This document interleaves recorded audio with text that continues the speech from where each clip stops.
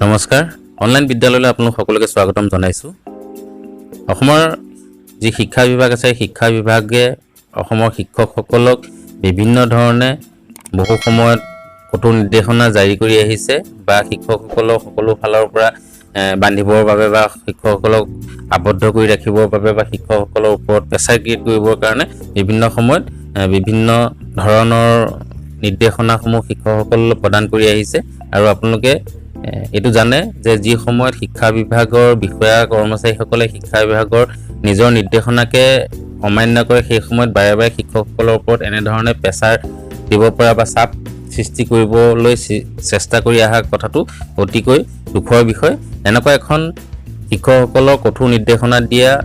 চিঠিৰ বিষয়ে আজি এই ভিডিঅ'টোত আলোচনা কৰিবলৈ আহিছো আহকচোন আমি শিক্ষকসকলৰ বাবে যি কঠোৰ নিৰ্দেশনা দিয়া এই চিঠিখন ক'ৰ পৰানো আহিছে আৰু কোনে দিছে আৰু কি লিখিছে সেই বিষয়ে আমি আজি ভিডিঅ'টোত আলোচনা কৰোঁ এতিয়া চাওক এইখন জিলা প্ৰাথমিক শিক্ষা বিষয়া কাৰ্যালয় শিৱসাগৰৰ পৰা প্ৰকাশ কৰিছে পত্ৰখন আৰু তাৰিখটো দিছে 7/6/2022 ইয়াতে হাতটো অকমান ষ্টাইলত লিখিছে গতিকে হাতটো ধৰিবলৈ অকমান দিগদাৰ হৈছে প্ৰেৰক শ্ৰী কমল গগৈ AS জিলা প্ৰাথমিক শিৱসাগৰ জিলাৰ পৰা দিছে আৰু কালৈ দিছে চাওক বিদ্যালয়সমূহৰ উপপৰিদৰ্শক সকলোলোকে আৰু খণ্ড প্ৰাথমিক বিষয়াসকলক বিষয়টো চাওক বিদ্যালয়সমূহ সুচাৰুৰূপে পৰিচালনা কৰা সন্দৰ্ভত বিদ্যালয়সমূহ যে সুচাৰুৰূপে পৰিচালনা কৰিব লাগে সেই সন্দৰ্ভত এই চিঠিখন দিছে এই চিঠিখনৰ ভিতৰত কিছু অন্য কথাও সোমাই আছে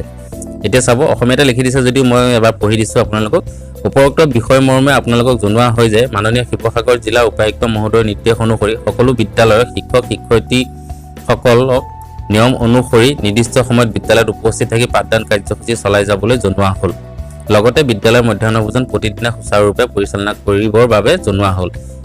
এইখিনি কথাতে এইখিনি মাজতে এটা কথা ক'বলগীয়া আছে যে সকলো শিক্ষক শিক্ষয়িত্ৰীক নিৰ্দেশনা নিদিলেও সকলোৱে নিয়ম অনুসৰি নিৰ্দিষ্ট সময়ত বিদ্যালয়ত উপস্থিত থাকে আৰু সদায় পাঠদান কাৰ্য চলাই আহিছে এই ক্ষেত্ৰত আকৌ নতুনকৈ প্ৰতিদিনে সময়মতে আহিবলৈ বুলি এই নিৰ্দেশনা প্ৰদান কৰিছে আৰু লগতে বিদ্যালয়ত মধ্যাহ্ন ভোজন প্ৰত্যেক দিনে সুচাৰুৰূপে খুৱাই থকা হৈছে আৰু সেই বিষয়েও এই পত্ৰখনত নিৰ্দেশনা দিছে এতিয়া চাওক মেইন কথাটো ইয়াতে লিখা আছে নিম্ন স্বাক্ষৰকাৰীয়ে বিদ্যালয়সমূহ পৰিদৰ্শনৰ সময়ত কোনো শিক্ষক শিক্ষয়িত্ৰী তথা কৰ্মচাৰী বিদ্যালয়ত উপস্থিত নাপালে বিভাগীয় বিধি অনুসৰি ব্যৱস্থা গ্ৰহণ কৰা হ'ব এই সম্পৰ্কে সকলো বিদ্যালয়কে লিখিতভাৱে অৱগত কৰিবলৈ জনোৱা হ'ল এতিয়া ইয়াতে লিখিছে যে নিম্ন স্বাক্ষৰকাৰী মানে শ্ৰী কমল গগৈ AS তেখেতে যদি বিদ্যালয় পৰিদৰ্শন কৰাৰ সময়ত যদি কোনো শিক্ষক কৰ্মচাৰী মানে কি আৰু ইয়াত শিক্ষকৰ কথাতে মেইনলি আহে যিহেতু বিদ্যালয় পৰিদৰ্শনৰ কথা আহে গতিকে ইয়াত কৰ্মচাৰী কথাটো বাদ দি আমি বিদ্যালয় শিক্ষক শিক্ষয়িত্ৰীৰ কথাটো ধৰিব পাৰোঁ যে বিদ্যালয় শিক্ষক শিক্ষয়িত্ৰীক যদি কিবা কাৰণে বিদ্যালয়ত অনুপস্থিত পায় তেতিয়াহ'লে বিভাগীয় বিধি অনুসৰি ব্যৱস্থা গ্ৰহণ কৰা হ'ব আৰু এই সম্পৰ্কে সকলো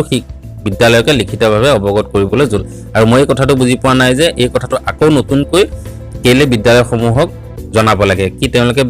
ভাবিছে নেকি যে বিদ্যালয়সমূহত শিক্ষক শিক্ষয়িত্ৰীসকল নাহে বা পাঠদান নকৰে তেওঁলোকে এই কথাটোৰ পৰা সেইটোৱে আমি উপলব্ধি কৰিব পাৰোঁ যে তেওঁলোকৰ সন্দেহ যে বিদ্যালয়সমূহৰ শিক্ষক শিক্ষয়িত্ৰীসকলে বিদ্যালয়লৈ নাহে পাঠদান নকৰে এনে ওপৰতে আছে গতিকে তেওঁলোকে নতুনকৈ আকৌ ৱাৰ্ণিং দিছে গতিকে এইটো এটা দুখৰ বিষয় যে এনে ধৰণে শিক্ষকসকলক বাৰে বাৰে দমন কৰিবলৈ চেষ্টা কৰে বা বাৰে বাৰে শিক্ষকসকললৈ কঠোৰ নিৰ্দেশনা জাৰি কৰি থাকে গতিকে এই বিষয়টো আপোনালোকক জনালো আৰু মোৰ ভিডিঅ'টো ইমানতে শেষ হৈছে যদি মোৰ ভিডিঅ'টো ভাল পাইছে তেতিয়াহ'লে লাইক কৰিব আৰু ভিডিঅ'টোৰ ওপৰত যদি কমেণ্ট কৰিবলৈ ইচ্ছা থাকে কমেণ্ট কৰিব আৰু লগতে ভিডিঅ'টো যাতে সকলো শিক্ষাগুৰুৱে পাব পাৰে তাৰ বাবে শ্বেয়াৰ কৰিব আজিলৈ আহোঁ ধন্যবাদ